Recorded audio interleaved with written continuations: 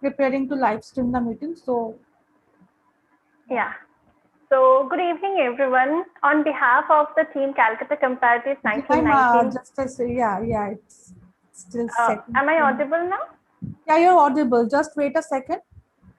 Oh, we are not still live. Preparing to live stream the meeting. Yes, you can start, please. Good evening, everyone. On behalf of the team Calcutta Comparatives 1919, I take this privilege to warmly welcome you to the 66th lecture of the lecture series. Calcutta Comparatives 1919 is an independent forum for research scholars of humanities and social sciences. It carries the legacy of academic study of Indian languages and literature envisioned by Sir Ashutosh Mukherjee and introduced in 1919 at the University of Calcutta. Calcutta Comparatives 1919 took inspiration from this history, and this is a platform for sharing research interests and ideas. We are organizing online lectures on various interdisciplinary topics to be delivered by academicians and distinguished research scholars of different fields. Your remarkable skills will be great addition to our team. We look forward to a mutually beneficial relationship with you. Thank you so much for joining us today. Now, I would like to request our host, Artrikati, to take over the mic and kindly introduce our speaker. Artrikati, over to you. Thank you, Jemima, for this wonderful introduction. Today we have Professor Vinod Khadria with us. No, he needs no introduction, but for the sake of our forum, for the formal sake, Professor Vinod Khadria is a distinguished professor and director. Currently, he is the Dean Faculty of Arts and Social Sciences of SDT University, Gurugram, that is in Delhi. He was the co-convener of Metropolis Asia. He was a member of the International Steering Committee, Metropolis International. He was the former professor of economics of education and international migration in Jawaharlal Nehru University. Also, he was the inaugural ICCR chair in contemporary Indian studies from the year 2017 to 18 at Rutgers University, USA. Previously, he also taught at various universities like Guwahati University of Sussex, in Geneva, the Graduate Institute, the University of Rouen in France, Kwansei Gakuin University, Japan. He have also visited various abroad universities as a Fulbright scholar and invited scholar. Some of his recent publications are the Sage Handbook of International Migration. He has co-edited this book. Also, he has co-edited World Migration Report that was published in 2020. It's a biannual publication of the International Organization for Migration, the Union Migration Agency. He is also the director of the International Migration and Diaspora Studies project that is co-sponsored by the Government of India. Some of his other publications are The Migration of Knowledge Workers, Second Generation Effects of India's Brain Drain, Harvard International Review, and several research papers published by ILO, GCIM, IG, JETRO, Japan, Harvard International Review 2010 World Social Science Report. He is also the Deputy Chair and Regional Coordinator at Asia Pacific Migration Research Network. And he sits on the boards of several organizations like the International Network on Migration and Development, the International Geographical Union, IOM Migration Research and Training Center in South Korea, and many more. Sir has extensively published and given invited lectures, and he has co-edited books, has edited books, and several. He has contributed to several journals. Like I won't take much of the time by just introducing Sir. I'll let him speak today. And he also launched the annual My Indian Migration Report in 2009 on the theme of past, present, and future outlook. Uh, he was also he received the National Education Leadership Award in 2012. He received the Fulbright American Research Fellowship Program of USEFI at the Institute for Economic Development IEG from Boston University for his postdoctoral research. And he has received many more numerous awards and accolades.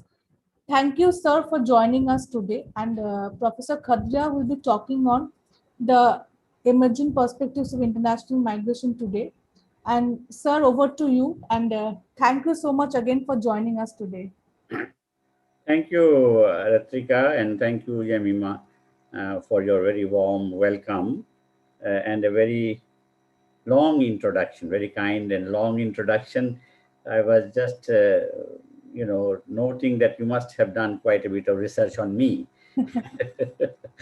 And it reminds me of a very interesting program that BBC used to run, BBC television, um, saying, "This is your life." And, you know, the kind of background that you had narrated about myself, I had forgotten many of the things. And so it feels like, you know, being reminded of my life. So that's I'm grateful for that, and really pleased to be at this forum. Calcutta has always been very dear to me. A large number of friends are in Calcutta. They have come from Calcutta to Delhi and so on. So uh, this I have just kept a very broad topic called uh, emerging issues in international migration today, and I will go about that with the help of a PowerPoint presentation. So if you allow me to share screen, then I will put the PowerPoint on. Can I do that? Yes, sir. We have allowed it. Okay.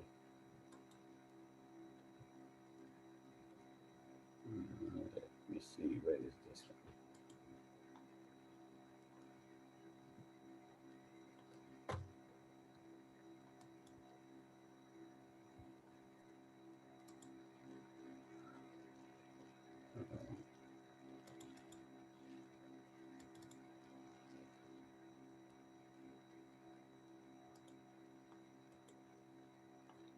I think there is something on the screen.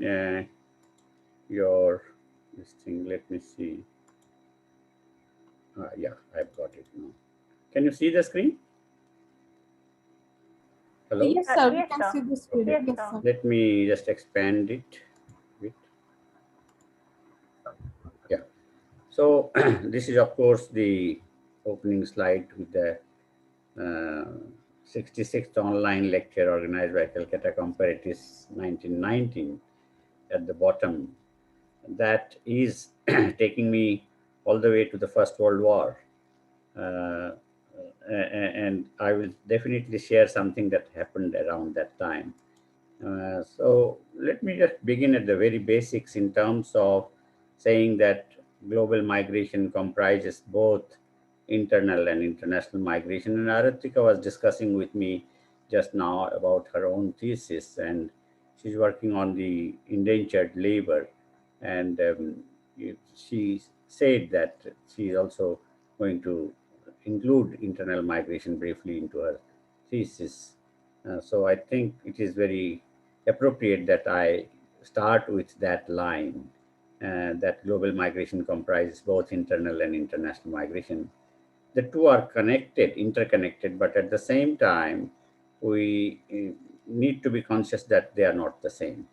So international migration involves two types of mobility, uh, involving at least two countries, and we call them emigration from an origin or home country and immigration into a destination or host country.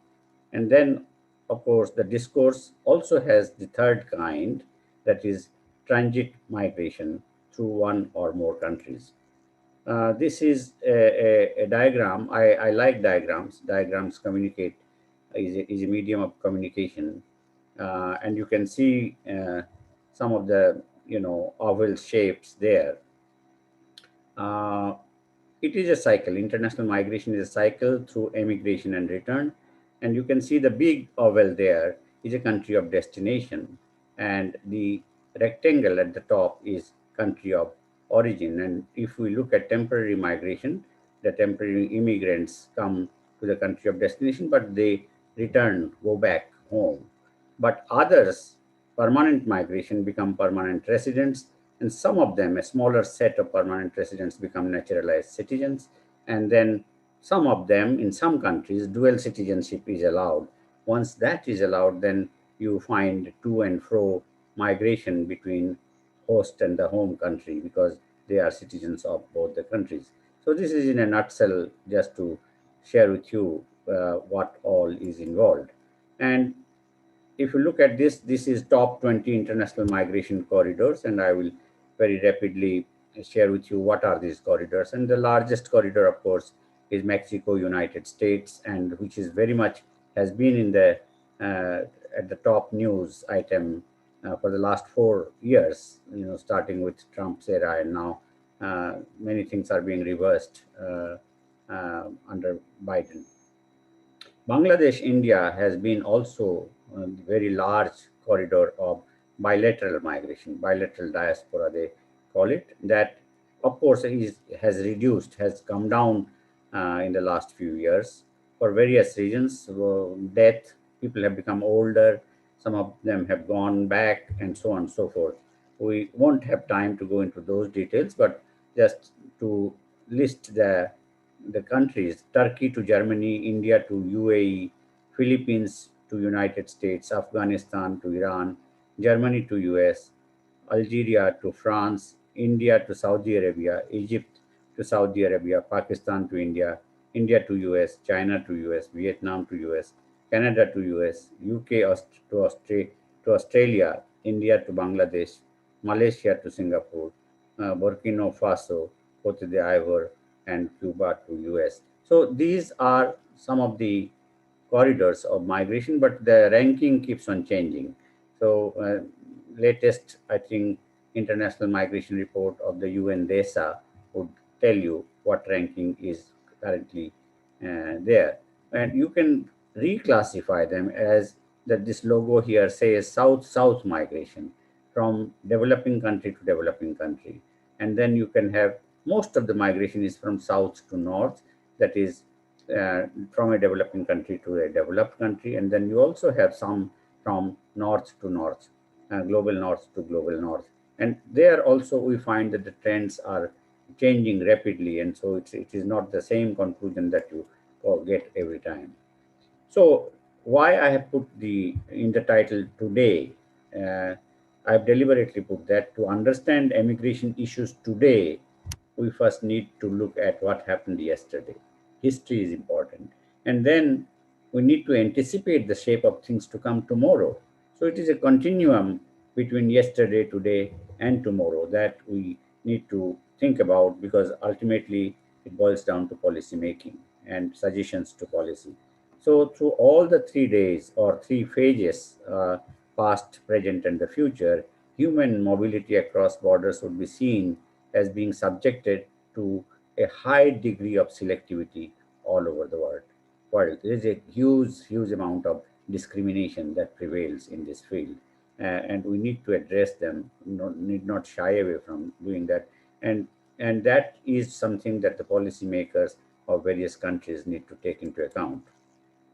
See, Fortress Europe is a terminology, and those who are from literature, they would know why it is called Fortress Europe, because Europe was not like England. England was all over the world, but for Europe, mainland Europe, was not open to the rest of the world. Culturally, it was a closed kind of society.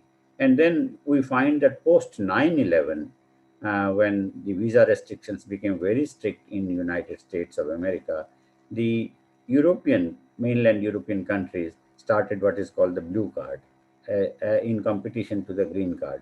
Green card is given to is called about permanent migrants, legal permanent residents in the United States. So they were trying to bring in this blue card to compete with the United States and attract IT professionals mainly, but it was not very successful. And then why it was not successful? Because I am putting it versus Kinder statt Inder, that is a German term. It said, why not German people of German origin, and why should Indians be coming here? So, the blue card was not highly successful.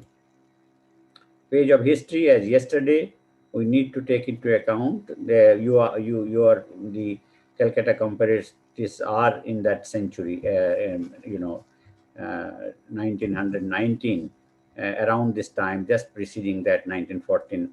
You remember about the crisis of Komagata Maru, and it was recently that this was being in Calcutta itself. I think there was some amount of a remembrance to that page of history, because in 1914 almost 400 immigrants from Punjab had set sail from Calcutta to Vancouver aboard a Japanese steamship named the Komagata Maru. And the government of Canada, that was Commonwealth, refused to allow the immigrants to land, and they were forced to return to India, where conflict and fatalities ensued. Many people died. So this is something that we need to keep in mind. What is the history of international migration? This is exactly 2 years before the comparative, the Calcutta Comparatists 1917. For 50 years after that, till that, the United States, which is still called the nation of immigrants, were erecting this wall. Not a real wall; it's a virtual wall reflected in this caricature, which was actually part of the uh, yearbook of the Naturalization Service in the United States. Land of the free. The flag is there. Uncle Sam is there. Symbolic, highly symbolic. And you can see the nips of pens as bayonets on the wall, and the inverted spines of the books as roof of this wall. And you see a man, a woman, a child, and their bundle of goods uh, looking up to the Uncle Sam, willing to go to the other side, but not allowed by the literacy test wall.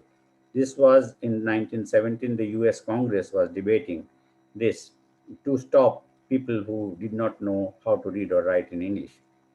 So mainly to stop Indians, the Chinese, and the Japanese, and so on, the Asiatic people.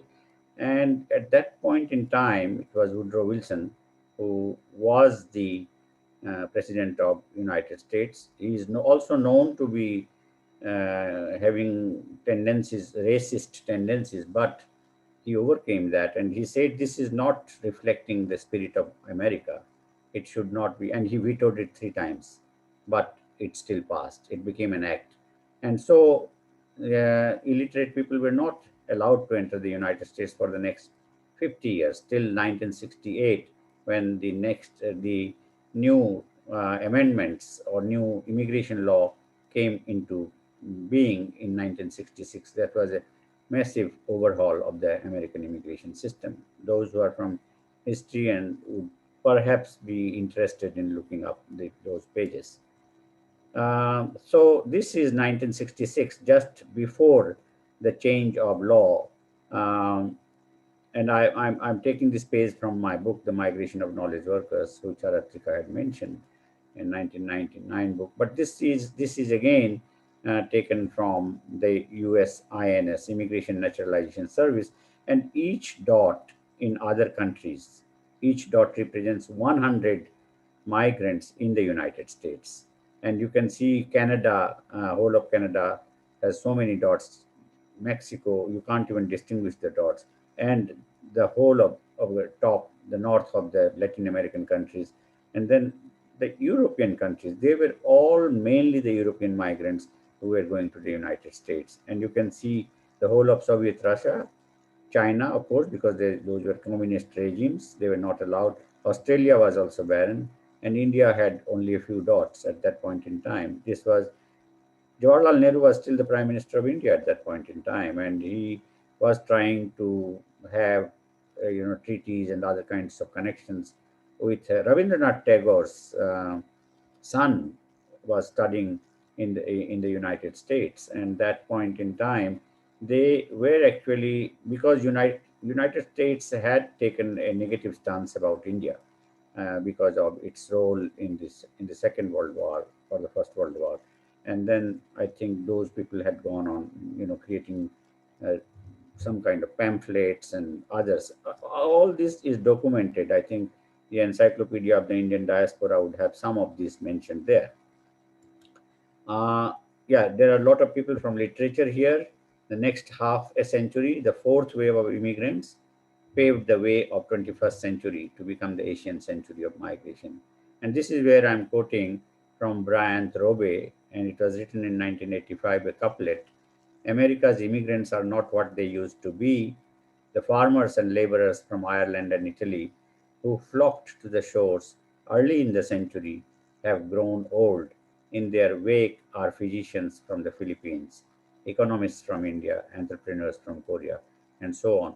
So this actually reflects the changing structure of migration, how this was going from say, indentured labor or unskilled labor to highly educated and knowledge workers.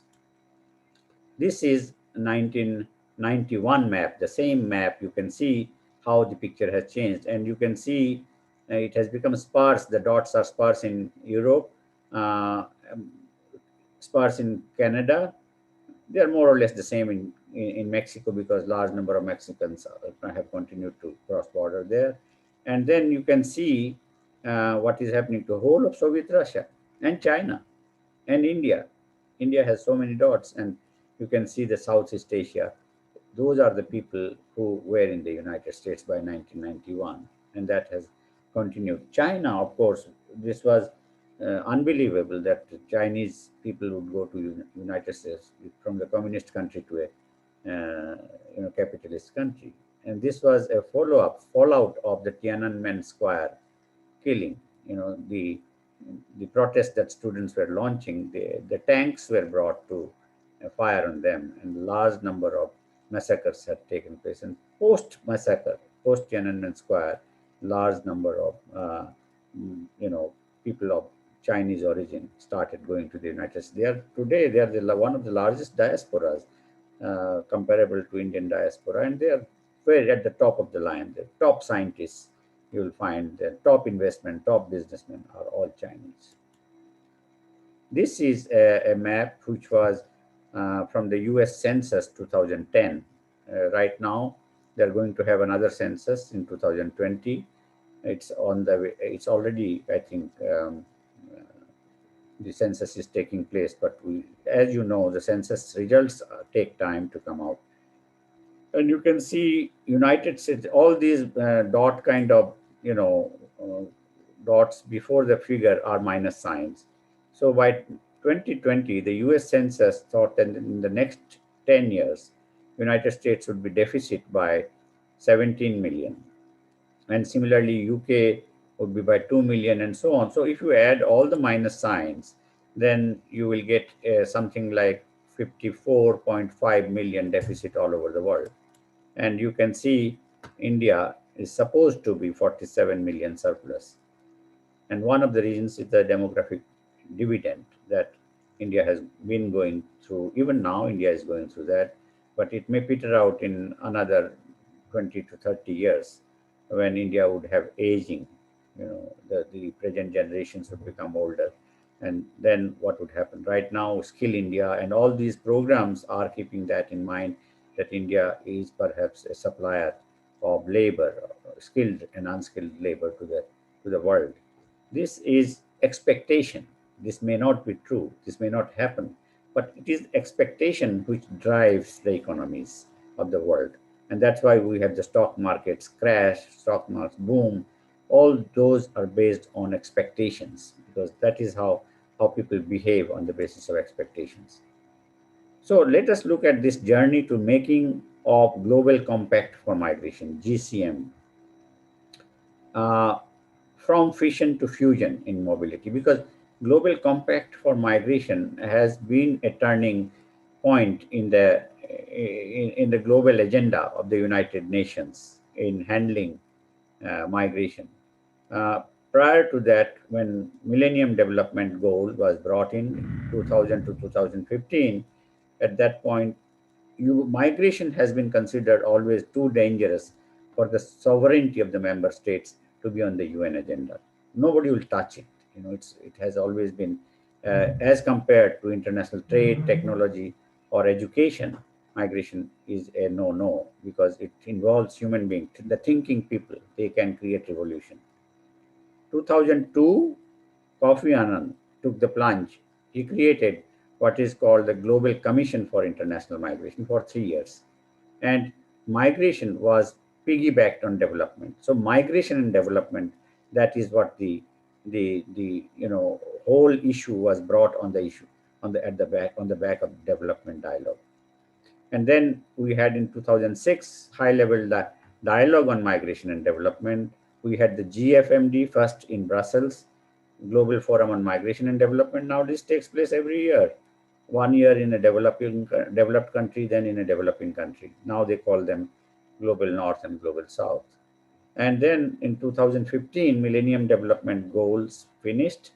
We had 2015, the Sustainable Development Goal for another 15 years till 2030.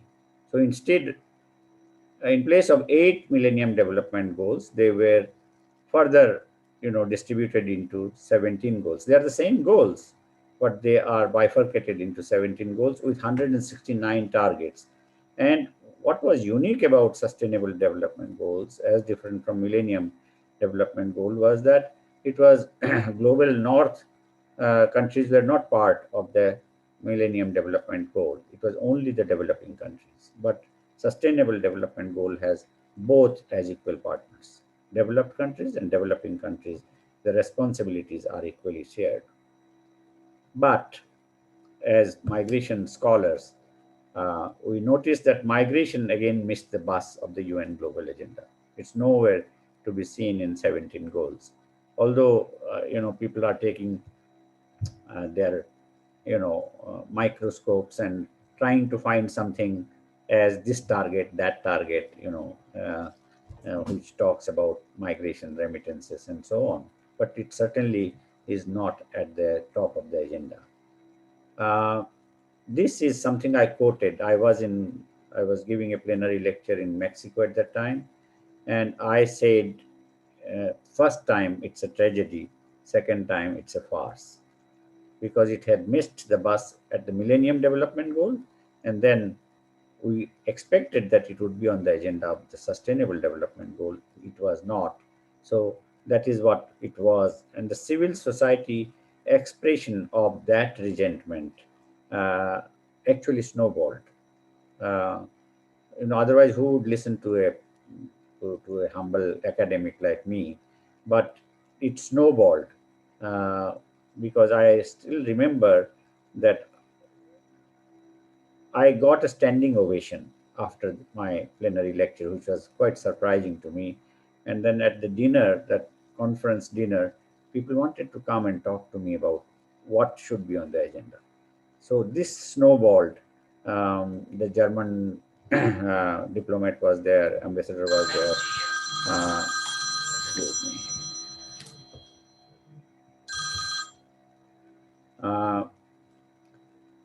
Okay, so towards fusion, breaking the barriers, but it was the Syrian refugee crisis in 2015-16 that gave the awakening call to Europe, and Germany made the took the first step. And then the 2016, we had the UN high-level summit on large movement of refugees and migrants, leading to two compacts. One is called the Global Compact for Refugees, and the other one is Global Compact for Migration. The Global Compact for Migration was initiated without the protective shield of development. It need not piggyback again on development. It just got recognition as an issue by itself. And then IOM was given the status of UN Migration Agency. It was an intergovernmental agency. It was not a UN agency until then. 2017, it was given that status. The first thing that happened was 2017, you'd remember, that is when Trump had taken the presidency of the United States. And first thing he did was to withdraw from the GCM. That was the first country. And then other countries also followed. Some other countries also followed. But the final draft of the GCM was accepted by 192 member states out of 193. And then on July 18, Hungary withdrew. And then September 4, final debate by CSD, civil society dialogue at Geneva. And then December 10th and 11th, it was adoption at 191 member states at Marrakesh, Morocco. All of you know this, but this is just to refresh your memory. So between refugee crisis and COVID-19 crisis, today, when we talk about today, what are the emerging issues? The emerging issues are all in the context of the COVID-19 crisis. Even refugee crisis has gone onto the back burner. So on 15-16, Europe was divided on the refugee crisis. Then we had the Brexit, Scotland referendum, Catalonia referendum, Australia's Operation Sovereign Borders, Mexico wall, US travel ban, or from 7 Islamic countries, Myanmar's Rohingya expulsion, and we had our share of Bangladeshis in India, the National Register of Citizens, and then we had the Citizenship Amendment Act uh, just right after that. I think this was a time when India was up in fire, and the fire was actually extinguished by COVID-19 crisis. We had the travel restrictions and the visa suspensions all over the world. And COVID-19 US ban on green cards, H-1B visa holders, L-1 visa holders, F-1 visa. And these are categories of, various categories of visas of people who of Indian origin are going there on these visas. They were all stopped. High degree of selectivity had seeped in again because doctors and nurses were still allowed. So you can see that how the discrimination was actually fleecing the developing countries of their, frontline workers. Uh, and then we had the lockdowns, evacuation flights, return home. I think these are stories that we have heard so many times, Vande Bharat and all that. Yet, the GCM's primary goal is to make migration what they call safe, orderly, and regular, and leave no one behind. This is a slogan. Uh, and it has 23 objectives. You all know it's a mix of aspirational and very specific objectives, but not all of them are equally relevant to South Asia. We are a South Asian country. 8 countries. If you include Iran, then it would be 9.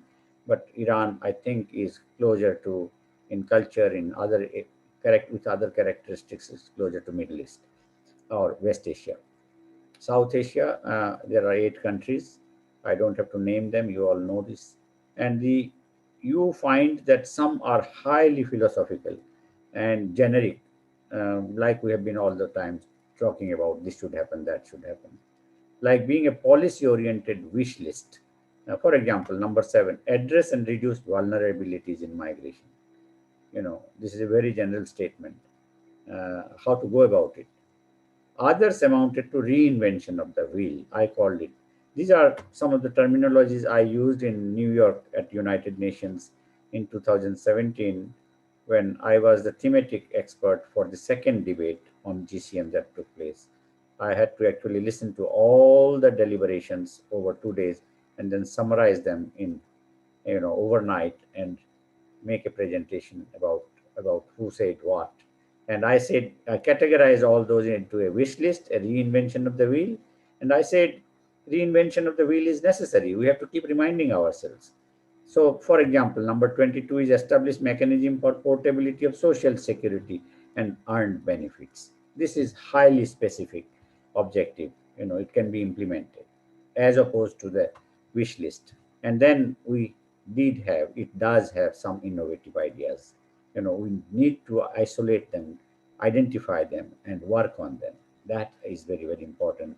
But their common goal, whether they are on the wish list, reinvention of the wheel, or innovative ideas, the common goal is to make migration.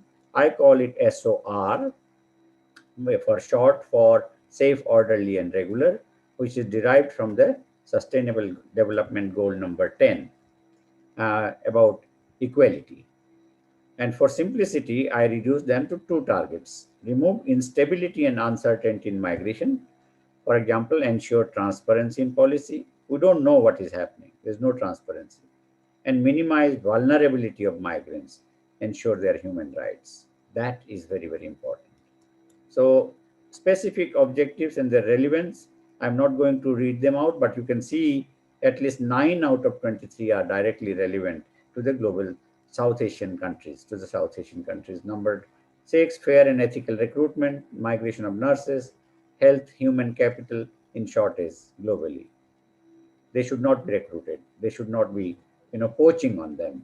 Smuggling and trafficking in women and children is very, very important aspect through fake fraudulent marriages from India. Many of our young girls are lured to Canada and other places for marriage just to get the dowries. And then they realize that the man is already married and having children already there. And then these girls have been deserted. I actually I made a representation in the Rajya Sabha. Rajya Sabha had a standing committee, and they had actually asked me to come and deliberate before them. And I said, this should be declared as trafficking. Once you declare this as trafficking, then countries like the United States would be very strict on them. That, I think, has not happened. And then you can see number 5, number 12, pathways for regular migration, predictability of decision making, basic services of health and education, including water and sanitation to migrants, skill development, mutual recognition of education and certification is very important. Otherwise, they can't work. Remittances, faster, cheaper, and safe. The remittance, the commission that the remitting company charge is more than around 10% now, and the target is that it should be less than 6%, but it has not happened. And then portability of social security, I already mentioned. So these are some totalization and so on. These are the areas in which the GCM should work. I am not going to discuss at great length about data. This is not the purpose. I'm not going to quote the data, but I'm saying that this kind of data exists. Population data and what percentage of global population are migrants by origin, by continent wise, and percentage of internal migrants, international migrants, and so on. This data, our researchers should be able to scan this data and find out what is useful for them. This is another set of data for 2000 and 2019, and you have total numbers, then you have as a percentage of population, then you have females amongst them, then you have youth among them, you have median age, and then you have sustainable development goal region. Within that regions, there is a new geography about sustainable development goal maps. So you can see that is a entirely new category. And you can have the countries and regions divided as more developed, less developed, least developed. And then you can have high income countries, middle income countries, low income countries, no income countries, and so on and so forth. And then you have the continents. So, you talk about it, regional, sub-regional, national distribution of migrants. But what I call them is a major hubs and hinterlands. Hubs are the destination, hinterlands are the origin. We can look at the stocks in Asia, Europe, North America, Africa, and then we can divide Asia into West Asia, South Asia, Southeast Asia, East Asia, Central Asia, and we can then further subdivide South Asia as countries, like I called 8 countries. I said India, Pakistan, Bangladesh, Nepal, Afghanistan, Maldives, Bhutan, and Sri Lanka. This is all about in migration, as I said right in the beginning. The last column is out migration. We also have out migration from South Asia, from India, from Bangladesh, and so on. That has to be taken into account. To which countries you need to find out. Not only to South Asia, not only to other parts of Asia, but all over the world. That is very important. And then we can have, this West Asia, etc., etc. Same kind of data. You can have a very, very minute classification of them, and then you can also have comparative. This is Calcutta Comparatists. I'm speaking at that forum, and you can see we need to make comparisons between Eastern and Southeastern Asia and the South Asia. That is what we can do. China is part of this. China, Japan, Mongolia, and Korea are part of Southeast Asia and East Asia, and Southern Asia we have this. And then we can have our diaspora, Indian diaspora. 32 million is actually comprising both the Indian diaspora and the NRIs. If you take only the non-resident Indians who are still holding Indian citizenship, United Nations say that it is about 17, 18 million, half of this. So we can actually, this kind of a pie diagram tells you entire history of migration, international migration. Southeast Asia, 32% of this 32 million is 32% of that is in Southeast Asia. This is because of indentured labor. Malaysia, Malaya, Fiji, Caribbean, and all that. Caribbean will not be part of this, but we will have in this Latin American and Caribbean would be here. Then you have Asia Pacific, and then Asia Pacific, Australia, New Zealand, and so on. Central Asia and Maldives are very large, and then not very large. but you have the Gulf. Gulf is a recent phenomenon, 19%. And then you have Mauritius, this is historical. South Africa, again historical, very significant. Mahatma Gandhi had spent some time there, and India's independence movement and anti-apartheid movement are all connected with that. East Africa, you find that Israel, UK, other European countries, and then of course United States. The final destination, the modern final destination are United States, 10% of 32 million. I think it's gone up now, about 4 million are in the United States. So Gulf, United States, and Southeast Asia, these are the main hubs of Indian migrants and Indian diaspora.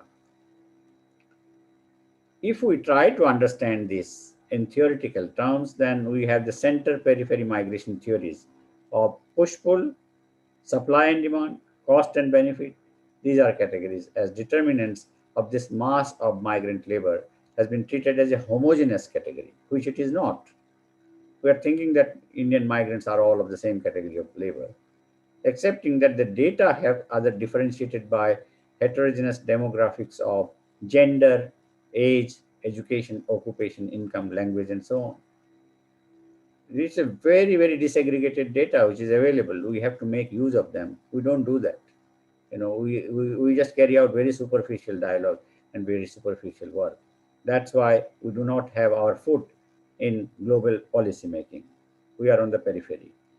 When a paradigm shift in migration began in 1919, crystallizing through the 21st century political economy of trade, ICT, deregulation, FDI, BPO. This was Manmohan Singh, 1991, following 1991 relaxation reforms. It has led to a talent war in the global north for more of global south migrant labor. Countries were, vying against each other. And what started was like education fairs, enrollment, recruitment, they call it. This was a Freudian slip. It was not recruitment, it was enrollment of foreign students, so that when they finish their education, many of them will stay on as workers. The average labor productivity was indexed on labor, knowledge, experience, and training. These are the components of human capital. Today, they are selectively handpicked. As I said, it's a selective discriminatory policies. As knowledge workers, they are free to move, they're very mobile, to move all over the world. Peter Drucker had given this terminology, and later on other people also gave.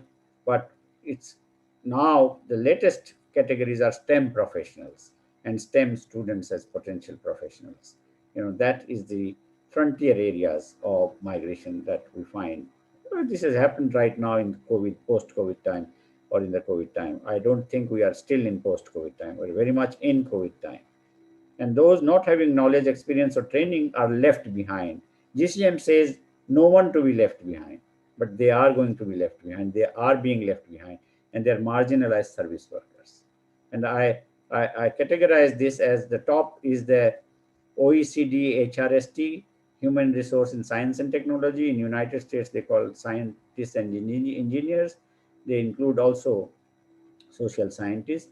And if you look at their components of education, experience, and training, then their role from occupation specific, it has become occupation wide generic categories like creators, managers, teachers in the making, and so on. These are generic categories that the world is after to recruit them. And then you find the at the bottom are service workers, semi-professionals, semi-skilled, unskilled. They just little bit vocational education and literacy, and now they are operators and laborers. Now it's interesting that whether they are mobile or not, I would leave that as a question for you to judge or to find out whether, because Peter Drucker had said that it would be the knowledge workers who would be globally mobile, not the service workers. But what is reality? That is something to be found out. I had mentioned about GCIM that was started by Kofi Annan in 2002. The report came out in 2005, and this is from the conclusion of the report. The traditional distinction between skilled and unskilled workers fails to do justice to the complexity of international migration. The discrimination that takes place is actually a boomerang on the countries concerned. This is because while the skilled and unskilled workers may have different levels of educational attainment, all of them could be legitimately described as essential workers. And in COVID times, we have seen that. We have seen that even janitors are important. Even, the workers, the lowest rank workers in the hospitals are important. Without them, the doctors will not be able to do their duty. The nurses will not be able to do their duty. So we have to keep that in mind. And you can see that within 6 years of that report, GCIM, by 2011, this is from the International Migration Report of the UN DESA, you find more developed countries, they are recruiting highly skilled people. All countries, of course, 30%, 39% of all countries, 60% of all developed countries, 32% of less developed countries were also recruiting highly selectively only knowledge workers, and even the least developed countries were doing the same discrimination. So we should not be living in the fool's paradise to say that developing countries are, doing anything better. They're all actually repeating the same thing. STEM graduates, where are they coming from? They had been coming from premier education institutions in India, All India Institute of Medical Science, IIT Madras, IIT Delhi, IIT Bombay. These are some of the surveys carried out by the Department of Science and Technology of these batches. These have become very dated, but they still tell us the stories of yesterday. Not today, but yesterday. But today is based on the yesterday. 56% of the AIMS graduates of these batches left the country. They have done very well for themselves. They have done very well for those countries, but India suffers. On the average, IIT graduates, 25%, one out of every four is abroad, mostly in the United States, NASA, aeronautic and space research, and so on. So we need to take this into account. These are all publicly funded institutions. And when you talk about brain drain, this is the real brain drain. Now, that nomenclature is also changed. Now they talk about brain gain. Brain gain was the flip side of the brain drain. Those countries were benefiting. Now they say, okay, people are coming back to you, return migration, or remittances you are getting. That is brain gain. They're trying to fool the people of the global south, because who are coming back? They extract the best productivity and then tell them to go home. They are replaced by new generations of youth. That is what it is. It is a turnover that is taking place. The remittances are creating havoc in developing countries, dividing village after village, because there is no policy how to use the remittances. We just celebrate remittances. Where is the remittance coming from? It is coming from savings that the migrants make, the Gulf countries maximum, not from developed countries. How do they save that? By cutting their calories, but not eating properly, by not living properly. Nobody talks about those stories. That's the dark side. I spoke about it in GFMD Mauritius. I stood up and said, and then everybody clapped. But that is the end of it. Nothing happens after that. So it is, I should say, the hinterland and hubs and hinterland through the academic gate, and stay back in the hubs. So if I divided them into 4 phases, pre-1991, 1991 to 2001, 2001 to 15, Millennium Development, and then Sustainable Development Goals, 2016. So pre-1991, the students were coming and going back to home countries, and the professionals were coming and getting into the labor market. Education market and labor market were hardly connected, with some people staying on. But slowly in phase 2, 1991, post-reforms, you find that there was overlap between education market and labor market. Many of these foreign students would just get into the labor market of the host countries. And then 2001 to 15 had seen an intensification of that in terms of OPT extension, optional practical training. After they complete their masters or PhDs, they are allowed to stay on for various lengths of time. Scientists are allowed to stay 2.5 years, social scientists for 1.5 years, and so on. and work there, and then by the time the adjustment takes place and their visa category, visa status changes. Future, we are talking of today, but what about tomorrow?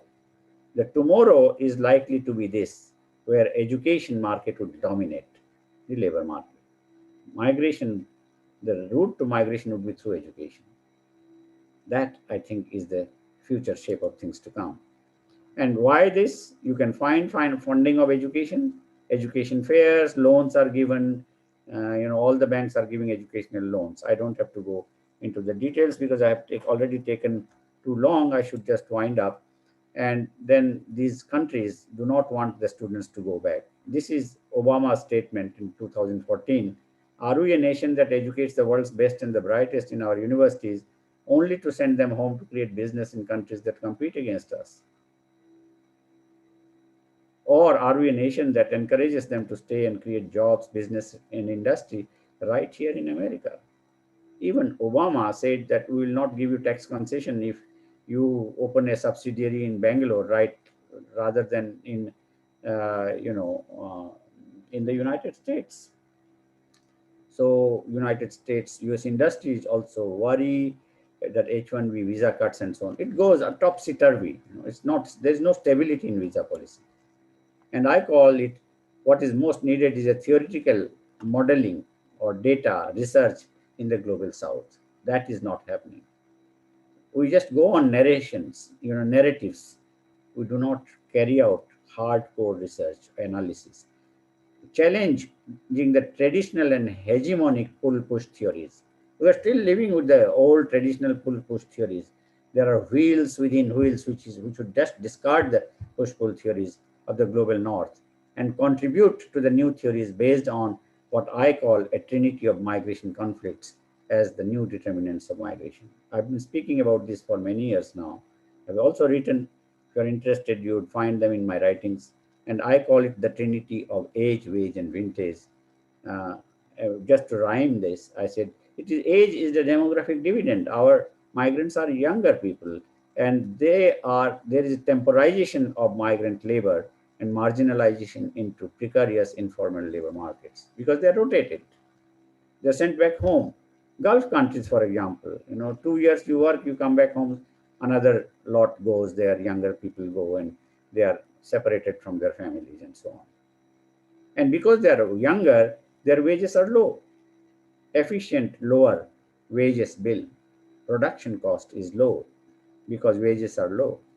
So they become globally competitive in terms of international trade in goods and services that our migrants are producing there.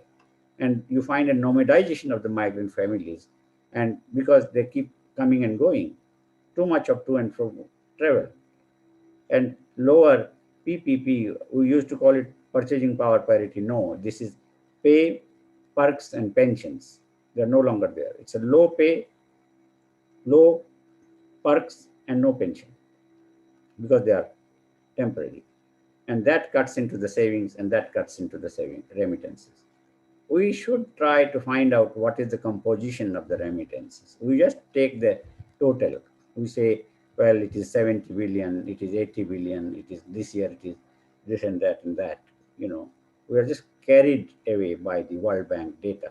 And that's the only, research that is being taken place. Maybe something somewhat from IMF, little bit, nothing more. We just go on quoting the same people, the same source again and again and again. Do not raise question marks. We need to go deeper into finding out what is this. Vintage. Vintage is knowledge is rooted into, we talk about, in terms of the telephones, for example, smartphones, G4, G5, and all those. Our human capital also is of vintage, of various vintage. My generation, for example, would not know how to handle, the latest generation of artificial intelligence, but younger people will. And this is why the world is after the younger people as students. Student recruitment is, they call it recruitment. It should be enrollment, and I call it Freudian slip, because at the back of their mind is the recruitment of future labor. And that is what segregation takes place and reverse remittances. Who pays for the education of these so many students all over the world? Foreign students, who pays for them? You should ask that question. There may be some scholarships, but that's not enough. The bulk of the funding comes from the pocket of the parents, and parents are indebted. So intergenerational transfer of funds takes place. You indebt, you put your future into mortgage. That is what is happening. We should raise those questions. And that's why I say today such theories ought to interrogate the overstated stereotypes. These are the overstated stereotypes, the three benefits that are supposed to be accruing to the global south countries at the macro level. They only project the benefit to the global south: remittances, return of technology, return migration with value-added human capital. What about return of technology? Does it come free? First of all, it is outdated technology which is sent to developing country. Secondly, they charge huge amounts of royalties on that. It's a oligopolistic market. It's not a fully competitive market. So with some empirical measurement of remittance and anecdotal evidence of return migration, we don't have data. We have to generate those data. We are not even raising that demand that this kind of data should be collected. We just go year after year depending upon the same sources of data which are not relevant to the global south. So brain drain versus brain gain, as I already told you about this, and all these things. These are the average productivity tables. You can see where is India. It is right at the bottom. The origin country of 17 million diaspora in India, the 4.78 purchasing power parity dollar. In 1 hour, our people are contributing that much to the gross national income of India. These are, of course, 2013 figures, but we can get latest figures also. I have seen these figures from 2009, 13, later, etc., etc. But hardly any change in this. Look at the top: Norway, Luxembourg, Ireland, Qatar, USA. These are $60, $70 per hour contribution. Who are they? Large number of them are Indian diaspora. They are contributing to the national income of United States at that rate. When it comes to India, this is because a large number of our people are illiterate, bad health. We also have very high earning people here in multinational corporations or in the government and so on and so forth. But the divide is so wide that you will find some people contributing negatively. They're just dependents. So that brings it down. And smart engagement with Asia, it was Australian Council of Learned Academies that in 2015, I was physically present there at the launch of this report. It says, very bold statement. It says Australia's engagement with Asia has too often been characterized by short-termism, opportunism, and focus on monetary gain for Australia. Smart engagement, by contrast, means more than the pragmatic emphasis on economic benefits and working towards nurturing wide-ranging, long-term, deep, and mutually beneficial relations based on principle of reciprocity. This is calling a spade a spade. Australians calling Australian government that it is very, very, very, very selfish. Specifically on migration, the report said smart diaspora diplomacy should not focus on serving the national interest only. Instead, it can be a vehicle for transcending national divide to embrace broader global perspectives and common interests. This is very, very important in reorganization of the social science and training for research on labor migration in Asia. This is something which is the 23rd objective of the GCM. We only go on harping on the objectives and celebrating them. We as social scientists need to derive what is researchable. That has to be done. Again, I have created some acronyms of dual citizens and how dual citizenship can, cross-country benefits can create. I've given the example of Sri Lanka and India. because in the United States, they're practically dual citizens. With OCI, they get all the benefits in India, and then they give up the Indian citizenship and take up American citizenship. If the same thing is happening to Sri Lankans, then they can actually shake hands and think of development in their respective countries. But we are so much obsessed with diaspora contributing only to the homeland, not across. This is one of the latest diagrams that I'm sharing with you. This is published. You can see the source, myself and one of my former students who is an assistant professor now. It's called Migration in Asia, its subregions, Data Challenges and Coping Strategies in 2021. It's called Migration Policy Practice. That's an IOM publication with Euro Asylum joint publication. And you can see net migration rate in 2015, this last one, the blue color, is the 2020 to 25. It is a projection. And that projection, you can see this is Gulf, West Asia, this is Asia, whole of Asia is still negative. That means out migration. And you can see that is falling. Out migration is falling in the last phase, 2025, COVID effect. This is also falling. You can see in West Asia, migration is going down. And then you can see Central Asia, South Asia, everywhere this last bit is falling. This is COVID effect. It is here that South-South cooperation to innovate together could work. Equitable adversary analysis. I mean, this is something, a term that I have coined, and I've also written about it. It is published. And between blocks, we need multilateral negotiations. Don't take us anywhere.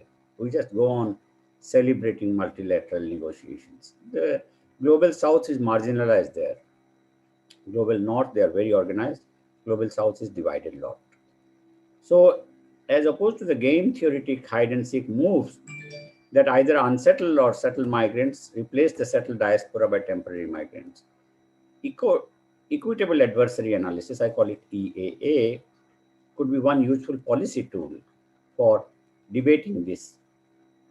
The global North would be assessed by stakeholders in origin countries of the global South on a reciprocal basis. That is what we need. We have to step into each other's shoes and try to look with empathy what is their problem, and our problem should be looked at by them. This is a tall order, but if we start talking about it today, maybe in next 5 years it would be reality. That is what we have to project. That's why emerging issues today are so burning that they have to anticipate what can come tomorrow. So, two emerging issues: instability of policy trends. Nobody can predict open and shut policy, visa policy. They keep on changing. Quotas keep on changing. The types keep on changing. The fees keep on changing. There is always, you find this, it is given to some other agencies and all that. Vulnerability of the arbitrariness of integration, return, and reintegration policies. You have to give up your language. You have to learn the language of the hosts. That is what the language test is all about. So that is where, we find the dilemmas are there. Two conditionalities, I call it internationally justifiable best before guarantees with stated expiry dates on visa policy. If a visa policy is changing, we should say that countries should give some kind of an expiry date, that this should expire in 5 years. So that if you go to a supermarket, you always look at the expiry date, best before date of a product or a service. But we don't ask this for the visa policy. How long? Because your decisions are long-term nature, education, employment, moving to another country. This is not for 1 day or 2 days, it's for years. And if the visa changes, then you are stuck. This happened to Indian doctors. They were enrolling into medical field and the British visa policy changed overnight. And the doctors were completely in a limbo what to do. And international norms and codes of conduct, user-friendly visa and border security regimes, that is something Nobody talks about. It's again a hot potato, you know. So I'm running out of time, so I'll quickly go through this. What is happening to the visa policy? You can see the negative characteristics of the visa policy. So many, and I call it the 10 commandments. I call it bad practice guidelines. We talk about good practice guidelines. Good practice does not exist. It doesn't fall from heaven. We have to create them. But bad practices are already there. We have to phase them out. We have to identify them. So I say, short of such smart engagement with these through mini multilateralism, when talks about mini multilateralism, which is the same thing as I talk about equitable adversary analysis, that we should have a smaller group rather than the 193 countries sitting together and talking and coming out with nothing. We should have 8 countries of South Asia. But even that we cannot manage. SAARC countries are never, the SAARC is never successful. Southeast Asia is successful. ASEAN is successful. So GCM2 might get driven by a conundrum of our, I call it multilateral pretensions. It's not multilateral negotiations. We are pretending we are negotiating. And will then the SOR, safe, orderly, and regular objective of GCM will turn tomorrow into 3 tyrannies of sustained developments, not sustainable development, in the garb of 3S. And I call it first S, safe, which is equal to the security. You travel by aeroplane and you see the security arrangements. For the safety of whom? Not the migrant, not the traveler. It's the safety of the, I don't know who. That is tyranny of travel restrictions. Social cohesion, orderly, safe, orderly. Social cohesion means there should be no conflicts between, no ethnic conflict. This is the tyranny of assimilation. You give up your identity, assimilate completely. It used to be assimilation, now they call it integration. Keep on changing the terminology so that you don't reveal what you're trying to do. And sovereignty, security, social cohesion, sovereignty, this is regular. This is not irregular. This is not illegal. And that is what I call the tyranny of visa regimes. So will these tyrannies of sustained developments then define the divides of or continuities between yesterday and tomorrow? That should be the discourse of emerging questions today. If so, let me ask you, what should be the emerging issues in international migration today? I'll leave you with that as a question.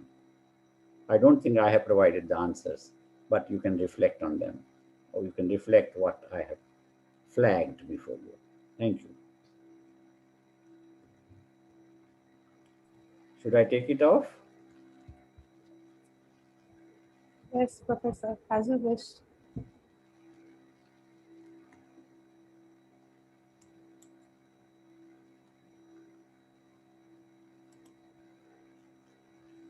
Thank you, Professor. That was lovely and amazing lecture. And the last question you have asked us, I think you have provided a lot of answer in your lecture. And Naresh sir is also here. Professor Naresh Kumar Yes, is I also. can see he has been nodding Good evening, sir. all through. Good evening, sir. Yeah. Good evening. If Naresh sir also wants to comment something on this, the last question maybe. Uh, Thank you very much, sir. Atrika, you just take question from the participants. In last, I will be maybe give my comment here. Thank you. Sure. Okay, sir. From YouTube, there is the first question is by Navadita Ganguly. She is asking, will the concept of center and periphery in terms of migration continue to increase in the globalized world? Center periphery. You see, center periphery concept was given by Previs Singer model. Previs Singer used to be in the, they had given this concept of, center getting all the resources and periphery getting exploited. That concept was given by these two economists, Prebisch and Singer. In fact, I had the good opportunity of meeting Hans Singer uh, in early 80s when he was at the University of Sussex. He was the emeritus professor there. So this theory, center periphery classification of countries in terms of exploitator and exploited still holds, but the countries may have changed. The individual countries who are on which side might have undergone change.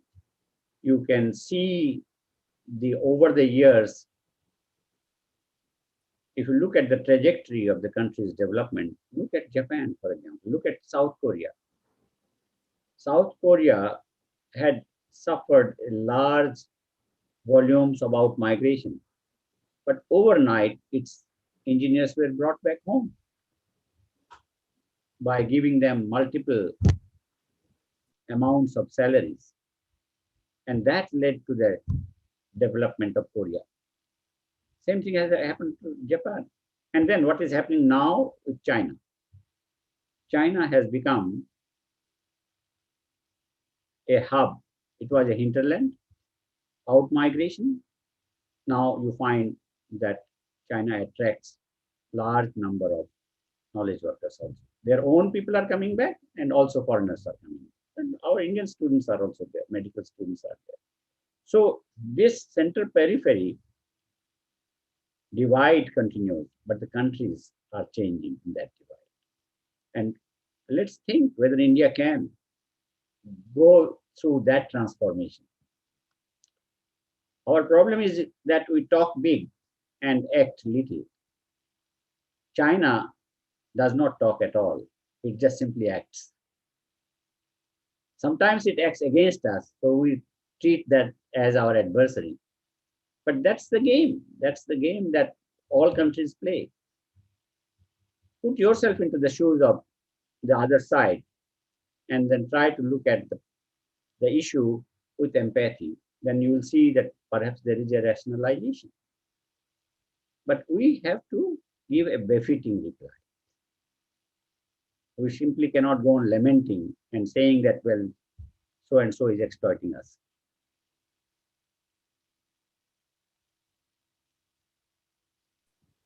Thank you, sir, for your answer. Jemima has been trying to ask a question. She has some network issues. Jemima, are you there, or should I repeat your question?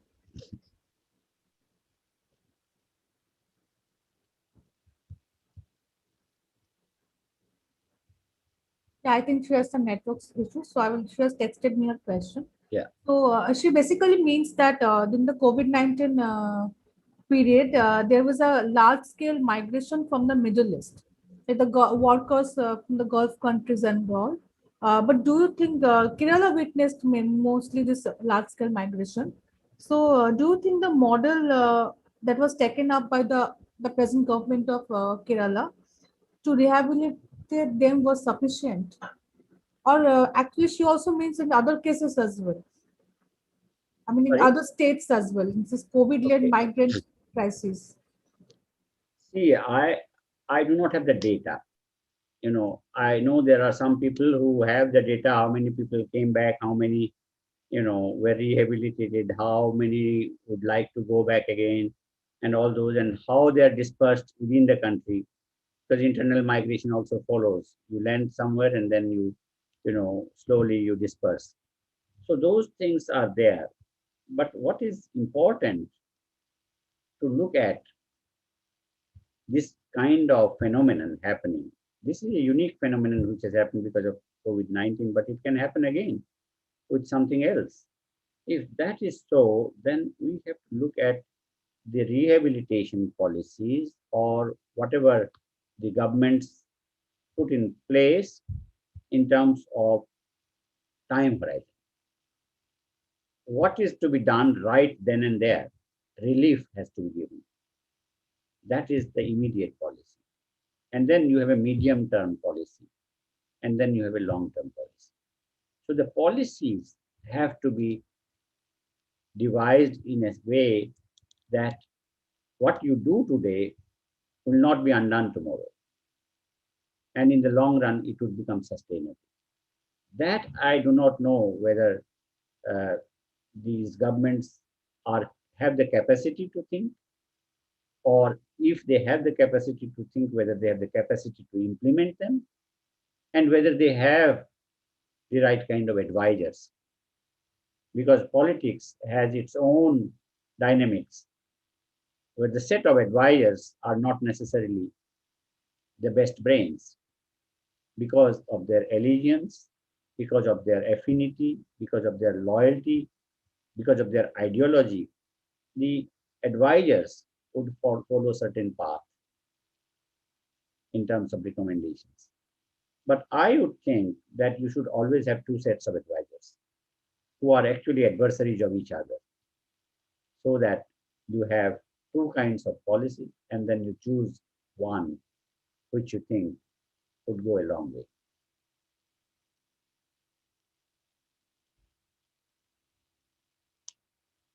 I can't hear you.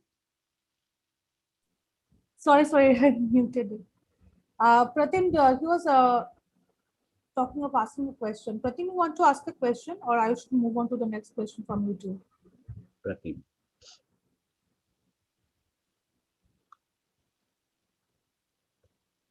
I think he is muted. Yeah, he is muted. It's interesting. Yeah, he has written on YouTube. So he is asking, what is the difference between the global compact of migration on as I've said, the safe, orderly, and regular migration, the global compact for safe, orderly, and regular migration, and the global compact on refugees? Like, are they at the basic level? Are they doing the same thing, and where they differs, where the policies differs? I have not worked on global compact on refugees, but they are not same. Their objectives are different. They are overlapping. They are overlapping because many of the refugees are like us, like any other migrants. The fact is that they get the refugee status because they have been disowned. They have been thrown out. They are stateless. That is the only difference. In terms of their profile, they are men and women. They are highly educated. They are doctors. They are engineers. There are all kinds of people in the refugees, amongst the refugees. But what is their dilemma? What is the problem they are facing? Maybe completely different. Maybe the refugees are huddled up in a camp, and that those camps are very unhygienic. If you go to Bangladesh, for example, what is that place called? I think I'm forgetting the name of that place, which is one of the largest camps of refugees. You would find people are not even getting soap, and a little bit of soap that they get. I think one of my friends was mentioning this, narrating this some time back. Mr. Nair from the ILO, he was mentioning this, that the soap is preserved in such a way that it would serve all the purposes. You have to wash your clothes, your utensils, and your own body, and everything with that soap as long as it lasts. That may not be the issue with the GCM. GCM is talking of bigger things at the policy level. It's not going down to the migrants, whereas the GCR is going to look at all those, as far as I understand. But there are overlaps. They are not either or.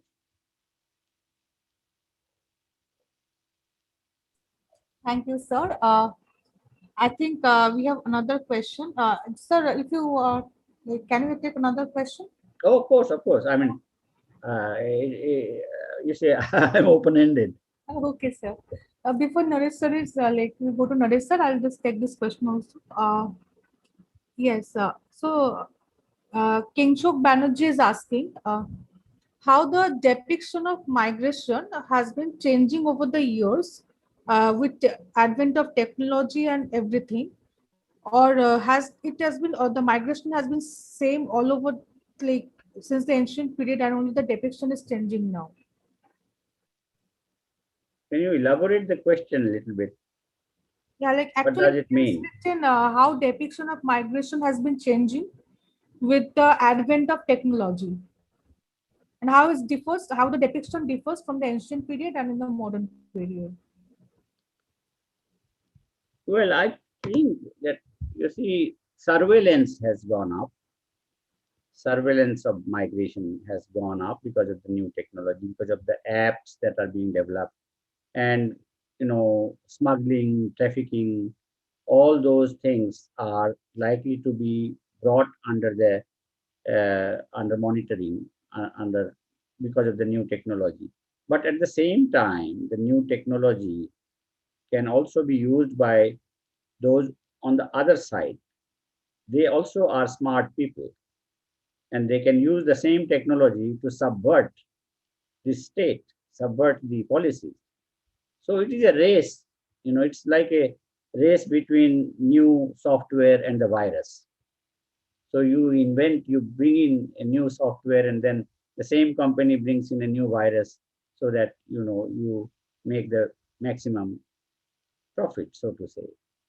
So in this game of international migration, sincerity of intent is very important, because it's a hide and seek game. Countries do not reveal their strategies, do not share their strategies with each other.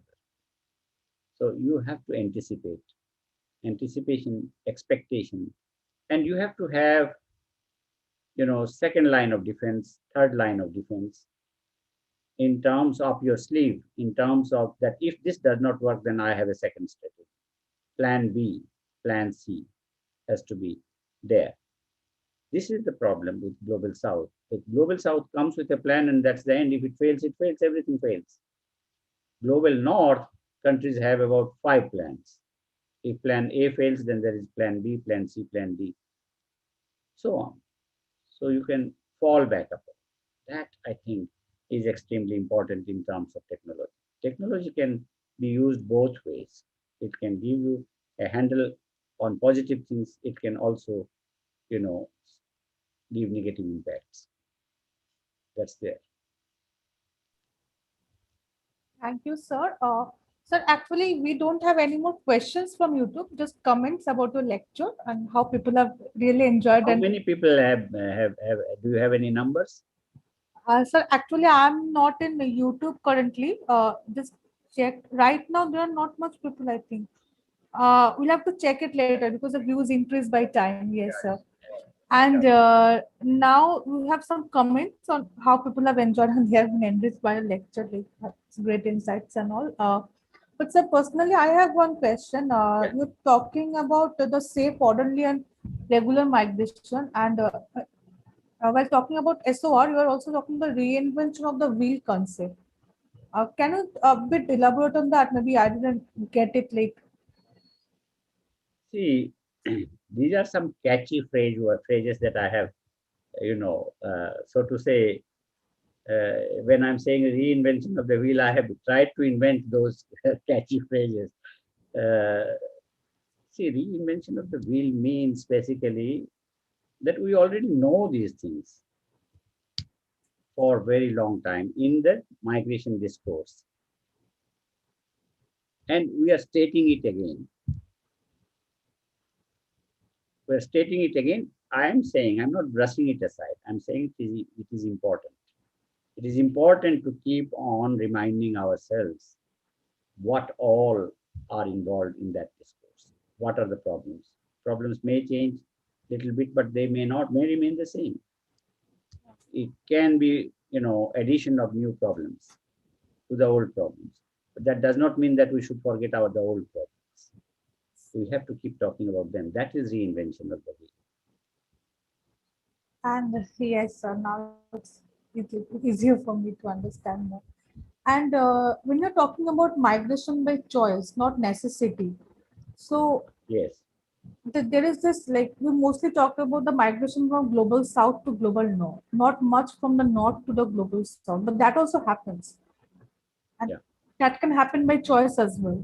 I mean, yes, that happens mostly by choice, yes. Global north to global south is mostly by choice. but also global south to north is also by choice. Like, Yeah, a lot of it. lot of it is by choice. In fact, that component is much larger. Voluntary migration is much larger. Now, who migrates? Is it who migrates? If you look at the income levels of the migrants, families, then who is capable of migrating and who is incapable of migrating? So one side, we look at desire to migrate, and the other is more practical, is the capability, the ability to migrate. In fact, there are worldwide surveys on this. Intentions and actual act of migration. That's where you find that the act of migration is controlled by the policies. The choice may not be allowed to be exercised. And people, the necessity is necessities are those which are forcing people to migrate. If there is an earthquake or there is flood or there is climate change, then people are forced to migrate. It is a necessity because it's a question of survival. That should be minimized.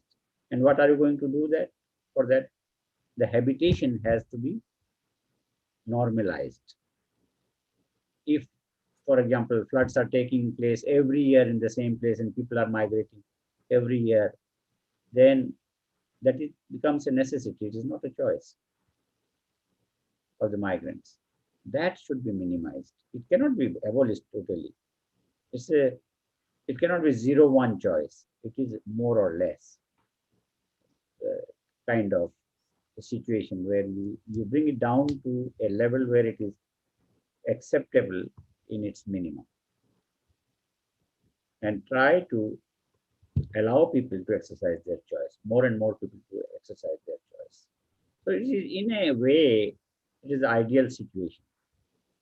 But if we keep that ideal in front of us while making policies, then we may achieve that up to a certain extent. And that is where statistical tools come to our help in terms of test of significance. At what level? Is 5% too high or too low? If we think of COVID, then 5% is very high. If I say people are addicted to eating sweets, it's bad. But if I can bring it down from 90% to 50%, 50% people are still addicted to eating sweets, it's acceptable. But COVID-19 infection, if it is 5% to 4%, it may not be acceptable. It has to be 0.01%. Then only it is acceptable. That's where the question of choice and necessity, that divide, needs to be looked at. And we have to use the discretion, our social scientists' discretion in terms of interpretation of the statistical results. That insight is rare. That insight is rare. We just, have some data, create some regression analysis, this and that, and then,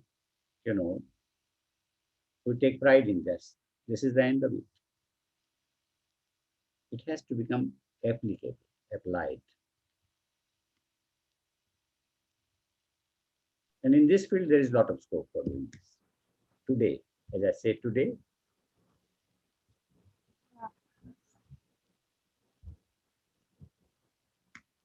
Sir, like Naresh sir, if you want to. yeah, Naresh is there. I'm waiting for his comment. Yes.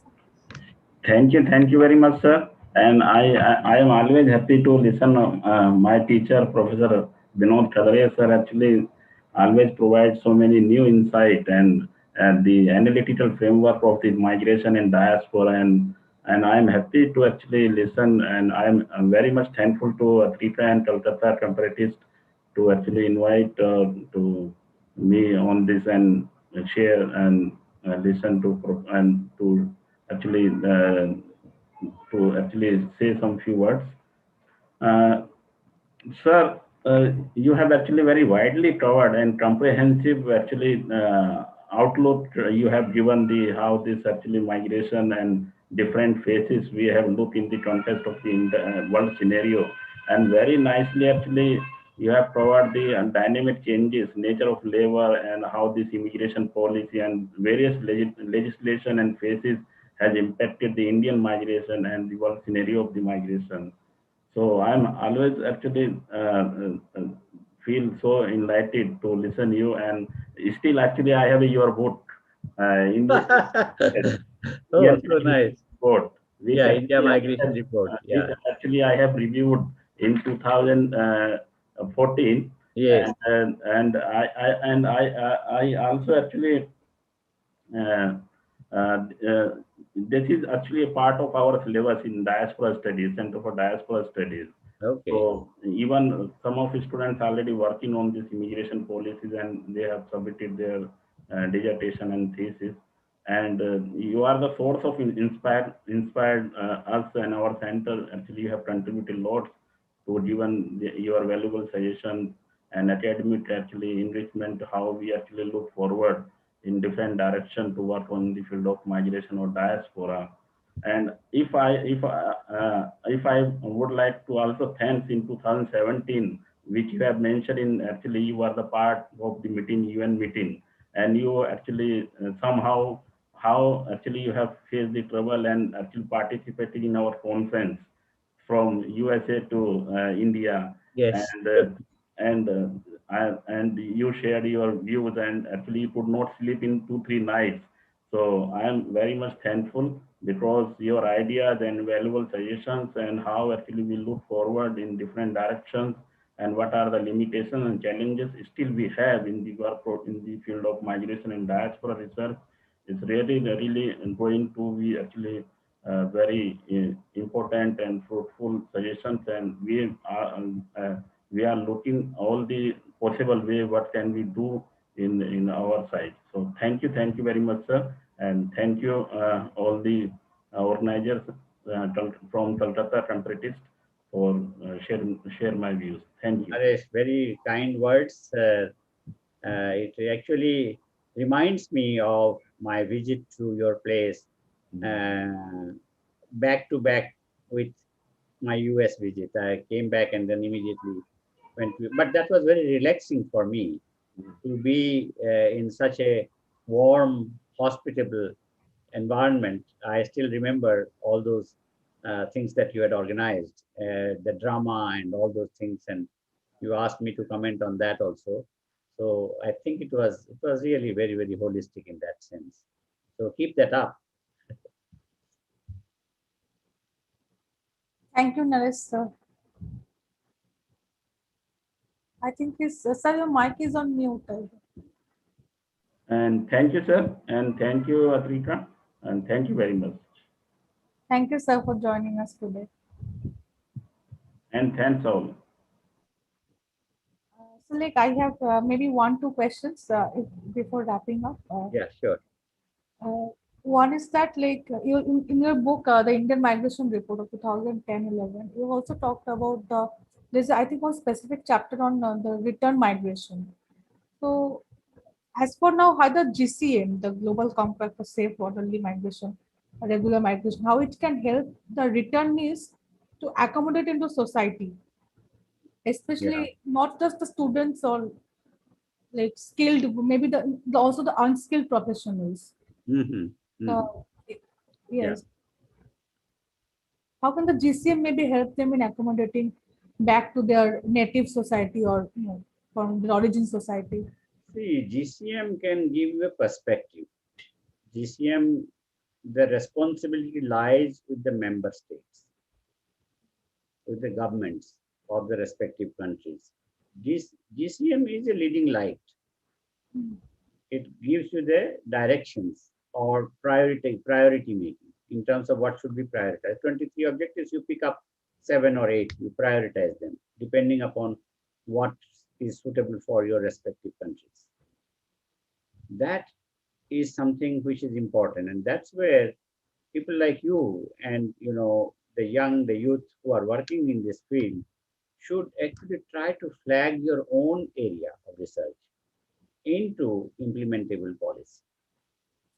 What lesson do you draw from, for example, your work on indentured labor in the current context, in today? From yesterday, how do you transform into today? That, I think, could be a big contribution of our younger generation of researchers to make it implementable. If you ask me or any of the other scholars or academics or even policymakers that what should be done, I don't think there is a ready-made answer to that. It would depend on the particular context, the particular situation. It may apply to Kerala, it may not apply to Uttar Pradesh. It may apply to India, it may not apply to Sri Lanka or Bangladesh. So that is where you have to make a very concerted effort from the researchers. Our researchers have great potentials, young researchers. The problem is that we do not recognize them.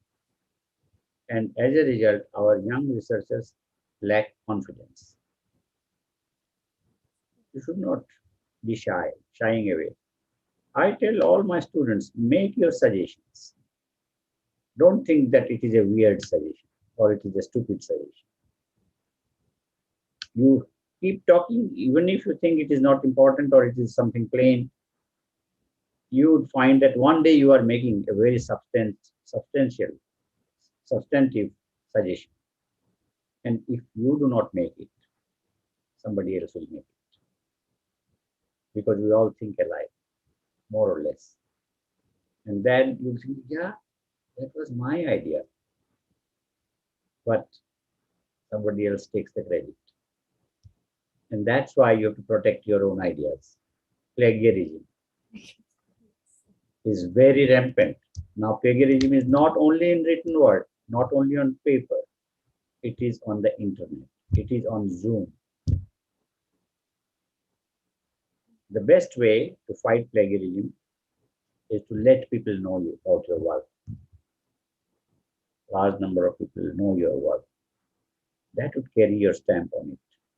And that would also help in policy. So you have to share your ideas. Don't shy away. I wish sort of we had being a student of scholar from literature, we have not much exposure to the policy making and the aspects of economics and social science. But Right. I learned. You have to write. You have to write in newspapers. You start writing letters to the editor. This is the first thing that would be accepted. If you write you can write a joint letter. 3 of you can come together and write a joint letter. It may be a few columns, but you know it takes 3 days to write a good letter. If you edit it properly, you have to communicate. Your main message must go across. And then slowly you expand that. You start writing shorter articles, blogs. Today now there is a social media. You can write anywhere. But that, I think Calcutta Comparatists should do this. Take that initiative. I used to run Friday Forum for 5 years non-stop every week, 3 hours. I used to meet all my students at the same time from all the batches, senior most, junior most, no hierarchy. Initially, some were shy, they will not speak out in front of seniors and so on. But slowly, they came to know each other's work and they will contribute, help. मैंने ये पढ़ा है. I read this which is relevant to your work. They will exchange like this. And then I found that they were running this show, a Friday Forum, every week, 3 hours, even when I was not in the country. And I used to take part through Skype at that point. Now Zoom is a recent, kind of finding, innovation. So you must work in team, exchange, but at the same time protect your work by letting other people. We have to set high standards. High standards are very important in terms of practices, in terms of not stealing each other's work, giving proper acknowledgement. That is real scholarship.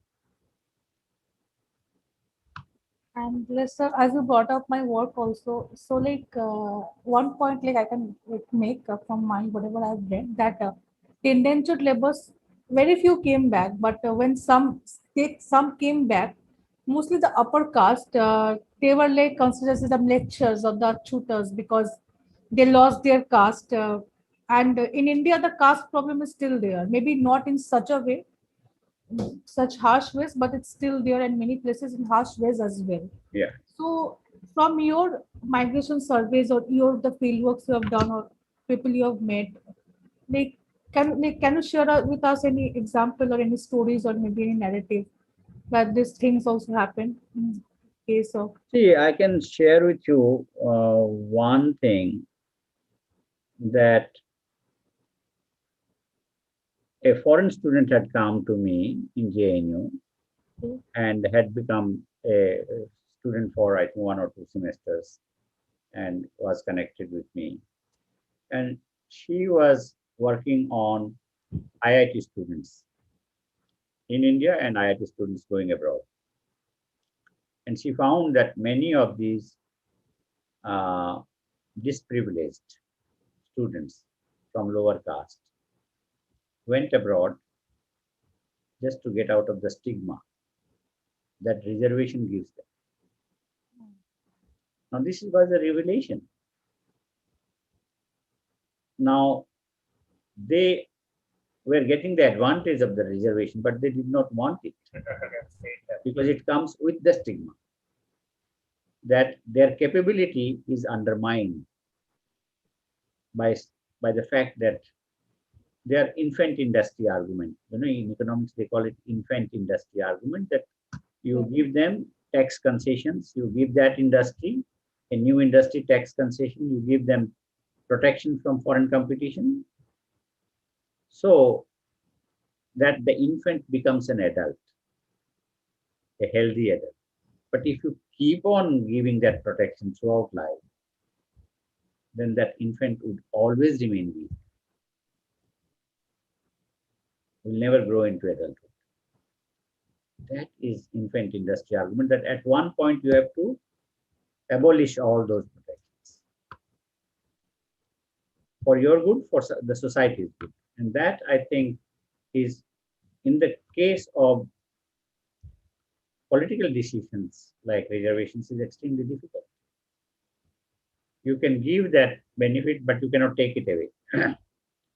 You need great deal of willpower to overcome the damages that can happen because of this. In economics, we say the wages are sticky downwards. That means you raise the wages can go up, but wages cannot come down. The moment they start coming down, even if the cost is less and the wages should also go down, they will not. There will be massive agitation. Collective bargaining, unionization, all those things would work against that. So that is why you should put your minds together. Multidisciplinarity, interdisciplinarity will strengthen your research. You are from literature, somebody from economics, somebody from political science, sociology, all can actually talk to each other. Should not be existing in silos. This is what interdisciplinarity is. And thank you for saying this word, sir, because these are very encouraging. Not like all the time we get this from a senior professor like you. So it's very encouraging for we I'm as glad. I feel like like I'm in my classroom again. so it's nice to like I have heard your lecture on the global forum, the GRFDT forum on the workshop organized by the Diaspora Studies Department in Gujarat University, Central University of Gujarat. So yes, it's feel like we're back in the classroom again. It feels good to be back in the classroom again. Thank you for your kind words. Thank you. Sir, like should we wrap it up or? Yeah, sure. Sure. Yes, sir. Just one question, if you don't mind. Just one thing from your presentation. You're talking about the STEM professionals, the science, technology, engineering, and mathematics. Yeah, The STEM, global commons, STEM. STEM professionals. So you are saying about the dual citizenship, from the concept of mononationality to dual citizenship. Yeah. Uh, how can that dual citizenship help? Will that help in stopping the See, brain drain? yeah, yeah. STEM professionals are in short supply, going to remain in short supply. So we tend to think in terms of sharing that human capital resource. Mm. What are the ways? I have written in various places. You can, even in health sector, I have written. Health professionals are in short supply. If you look at WHO, guidelines or ratios of nurse to bed to patient ratio or doctor patient ratio and all this, in global south they are highly deficient. So you need to share those STEM professionals. So how can we do that? We have to think out of the box. And I have suggested that global commons. We have 5 or 6 global commons. The high seas, the atmosphere, and this and that. Why can't we think of declaring STEM or human capital of that kind as a global common? And then they can be short-term migrants. Wherever there is, say, Ebola affected, Uh-huh. you need, many of my friends, doctors, they went there. Grassroots level development in fighting Ebola, they took part in that. And they went without family so that they could give their best. We have UN peacekeeping force. Mm. Why can't we have UN healthkeeping force? We have to think out of the box. We have to talk about it. And we have to talk about together. A single person saying it or writing it does not help. It would add to my CV, but beyond that, it will not do anything. Unless we talk about it in unison.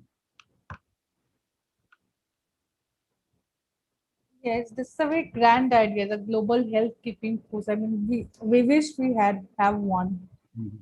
especially after COVID, the pandemic we're witnessing. We're still in the pandemic. Absolutely. Absolutely. So you can actually read that paper of mine. It's one of them is called Migration of Health Workers and Health of Migrants. Okay, It was published in International Journal of Public Policy way back in 2012. okay. Yeah. So it's so relevant even now. Yes. I've talked about all these ideas of global commons and UN health keeping force in that paper. Mm. We will surely read that, Professor. Thank you so much. It has been a wonderful evening. It's very engaging lecture and so informative. I will have watched the recording again to understand more of it. Yeah. Send me the recording. How you will put it on the Facebook or how? Sir, it's already we are live on YouTube, so it will be recorded on YouTube itself. I will send it. YouTube. Send me the link. Yes, sir, sure. It is a great evening for me also. I had a very long day today, very packed day, but I felt very relaxed while talking to you.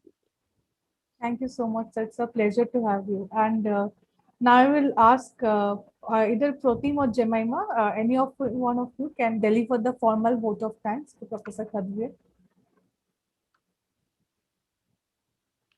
Protim, Yes, Atrika, yes. yes. Can you please deliver the formal vote Yes, of thanks? yes, actually, I have a weak connection, so I'm not Okay, turning my talk. should I Jemima, deliver it? yes, I think I have connected to the audio. Am I audible? Yes, you yes, are. Jemima, you're audible. Yes, So, But you're not for busy. some network issues, I cannot. I'm unable to I was unable to unmute myself. Anyways, on behalf of Calcutta Comparatists 1919 and its members, I would like to convey our hearty thanks to Professor for his excellent lecture. I would like to express our gratitude to you, sir, for responding to us and coming to our forum. We are really inspired by your great words and ideas. And thank you to all our audience on YouTube for being us today. Here we officially conclude this session now. Thank you so much. And a very good night to you, sir. Thank you, Jemima. Good And night, sir. I will end the broadcasting on YouTube.